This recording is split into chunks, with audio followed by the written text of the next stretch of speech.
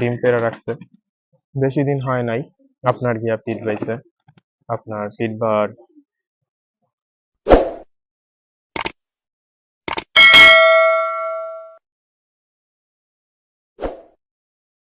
আসসালামু আলাইকুম এভরিওয়ান, আশা করি আপনারা সবাই ভালো আছেন।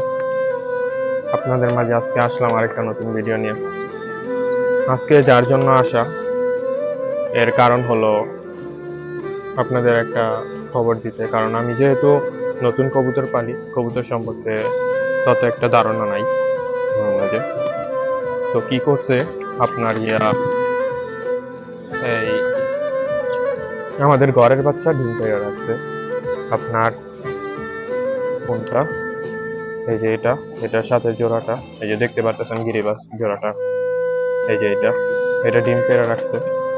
বেশি দিন হয় নাই আপনার পিট বাইছে। আপনার পিটবার অল্প কয়েকদিন পরে ডিম পেড়ে।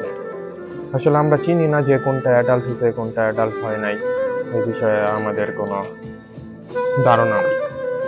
তো ডিম পারছে আপনার কালকে একটা পারছে, আর আগের দিন একটা পারছে।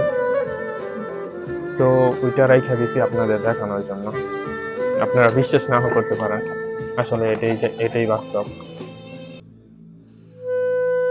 তো আমি ওদের ডিমে বসতে দিইনি, চিন্তা ভাবনা করছি যে এই ডিমটা ওদের খাওয়া দেবো, যাতে করে ওরা মানে ক্যালসিয়ামের ঘাটতিগুলো আছে এটা কিছুটা পরিমাণ হলেও ফিল আপ হবে।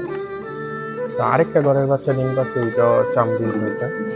তো দেখাই আপনাদের ডিমগুলো, দেখাই আপনারা বিশ্বাস নাও করতে পারেন। দেখেন কত ছোট ডিম পাচ্ছে। অনেকের কাছ থেকে শুনছি যে 5টি ডিম পারলে যে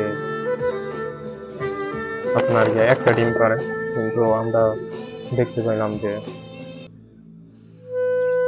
2টা ডিম পাচ্ছে মাশাল্লাহ ঘরের বাচ্চা।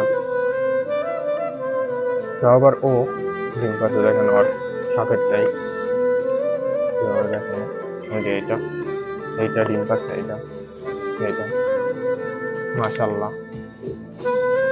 ওদের এখনো খাবার দেয়নি, যার কারণে ওরা এমন করতেছে, একটু উড়াউড়ি করতেছে। তো আপনারা জানাবেন যে এই বয়সে কবুতর ডিম পারলে কবুতরের কোনো প্রকার ক্ষতি হয় কিনা। আমরা যেহেতু নতুন কবুতর পালি, আমরা নাই জানতে পারি। আপনারা আসলে অনেক কিছু, যারা অভিজ্ঞ ভাইরা আছেন, অনেক কিছুই জানেন। তো পরামর্শ দেওয়ার চেষ্টা করবেন, আর আপনারা যদি কমেন্ট করেন সবচেয়ে বেশি খুশি হব।